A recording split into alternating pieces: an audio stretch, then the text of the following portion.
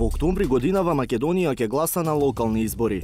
За прв пат гласачите треба да се идентификуваат со отпечаток од прст. Но апаратите за таков процес не само што не се купени, туку не се ни нарачани.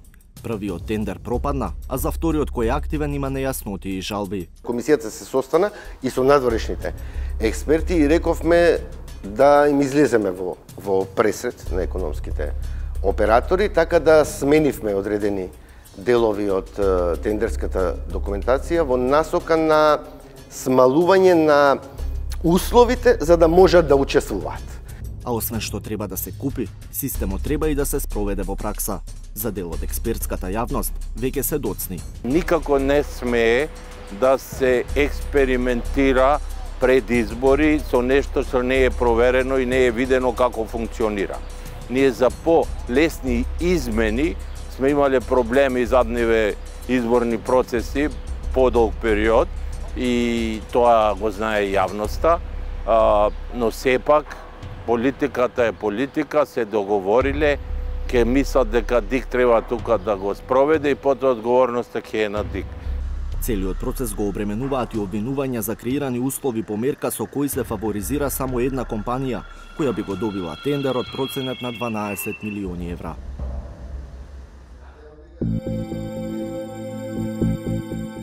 На 21 мај годинава Државната изборна комисија го објави првиот тендер за набавка на интегриран систем за биометриска идентификација на гласачи. Неполни 2 недели подоцна, Бирото за јавни набавки го поништи. Официјалната причина беше тоа што во тендерот се барало електронска идентификација на лица, наместо биометриска идентификација на гласачи. Но имали и друга позадина.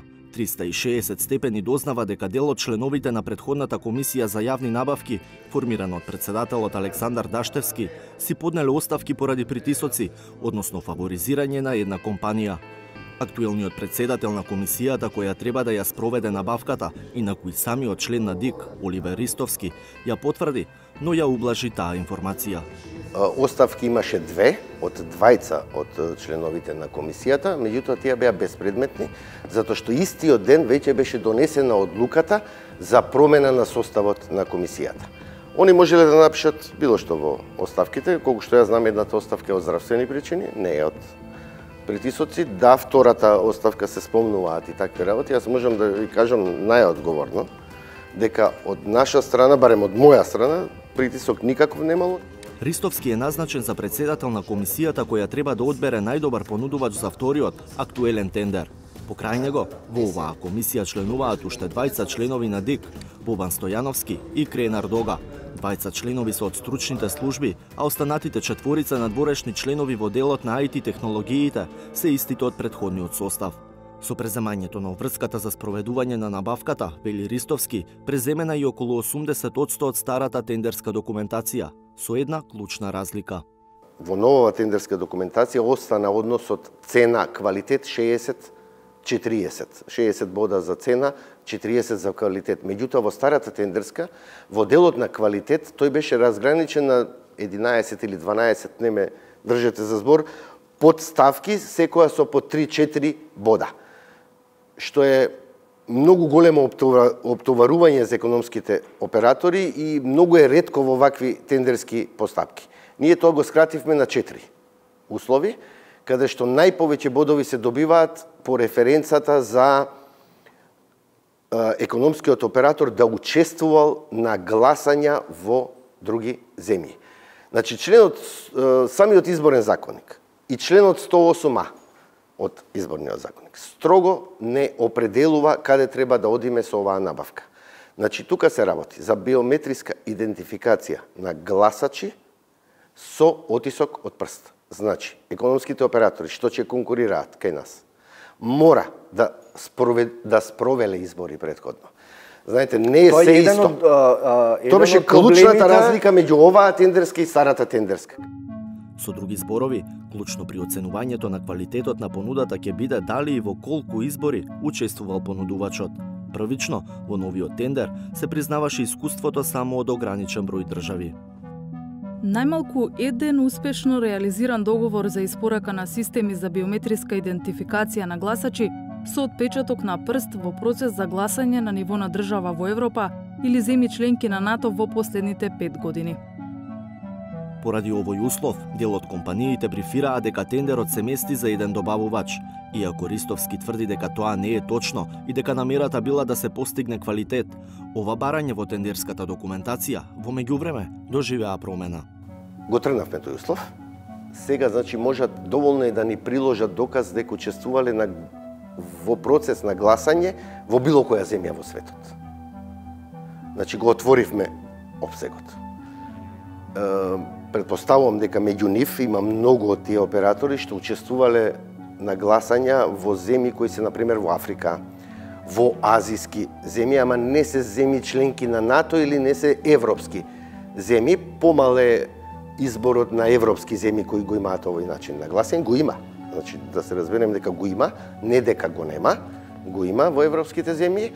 Меѓутоа е поретко од другите земји и затоа го отворивме овој услов, така им дадовме можност на сите да учествуваат. Ако тендерот повторно не се поништи уште пред да заврши, компаниите треба да достават понуди до 1 јули.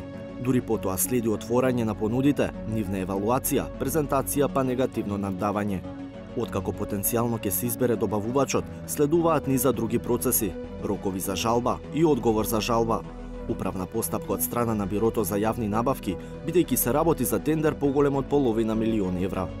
Потоа треба да следува обука на вработените во ДИК, по обука на членовите на избирачките одбори, координација меѓу ДИК и МВР за базата од избирачкиот список со фотографии и на 3 милиони и 600.000 отпечатоци на прсти. Роковите можеби за избор ќе се запазат, бидејќи имаме во изборниот законник одредби дека тие се итни постапки, но колку да се итни има некои рокови преклузивни кои не може никој да ги пробие. И имајќи ги во предвид тие преклузивни рокови, ќе мора да ги запазат. Но ево да кажеме дека во најдобар случај дека ќе нема жалби на таа постапка, ќе треба да се имплементира. Ќе треба, викате, обучувачи. Мислам дека ќе сите бидеме доведени во една ситуација кога повторно ќе се јават различни сомневања и сето тоа да е најидеално спроведено пред избори и имплементирање на таква сериозна опрема и собирање податоци. Јас не сум оптимист во однос на реакциите.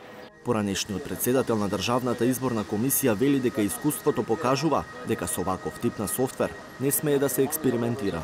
Ние за по-лесни измени сме имале проблеми задниве изборни процеси подолг период и тоа го знае јавноста, но сепак политиката е политика, се договориле, ќе мислат дека ДИК треба тука да го спроведе и потоа одговорноста ќе е на ДИК.